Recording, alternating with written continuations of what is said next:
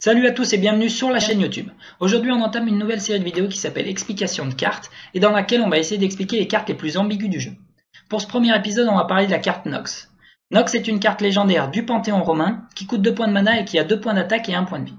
Et son effet est le suivant: cri de guerre, rentre dans une créature alliée et ajoute l'attaque et la santé de Nox aux siennes. Alors comme vous pouvez le voir, c'est pas très clair comme carte et donc on va essayer d'expliquer de façon détaillée tout au long de cette vidéo comment fonctionne Nox.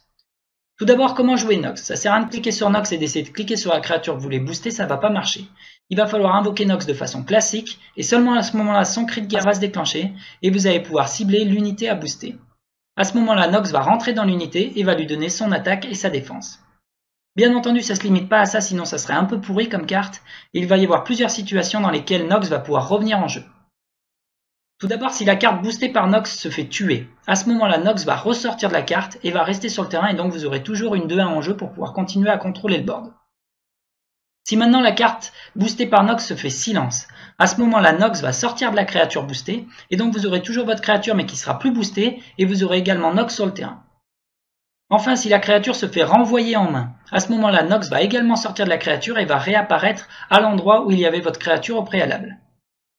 Alors maintenant on comprend un peu mieux comment marche Nox, mais à quoi est-ce qu'elle peut bien servir? Est-ce qu'elle est vraiment utile?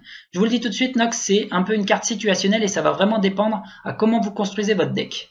Mais il y a quand même quelques combos qui sont intéressants à noter.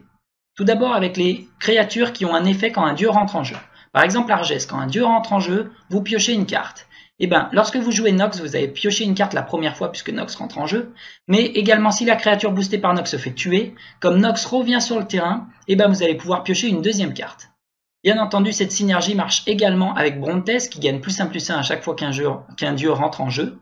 Si la créature boostée par Nox se fait tuer, à ce moment-là Nox revient sur le terrain et donc Brontes va gagner +1/+1. Finalement, cette carte est intéressante également pour pouvoir faire des dégâts inattendus, notamment lorsqu'elle est couplée avec Sprint.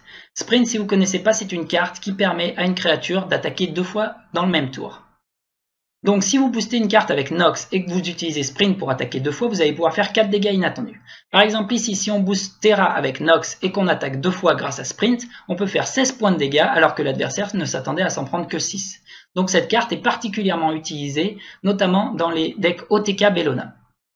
Voilà, c'est déjà la fin de cette vidéo, j'espère que vous comprenez un peu mieux comment marche Nox. Si vous avez aimé la vidéo, n'hésitez pas à vous abonner à la chaîne et à laisser un petit pouce en l'air.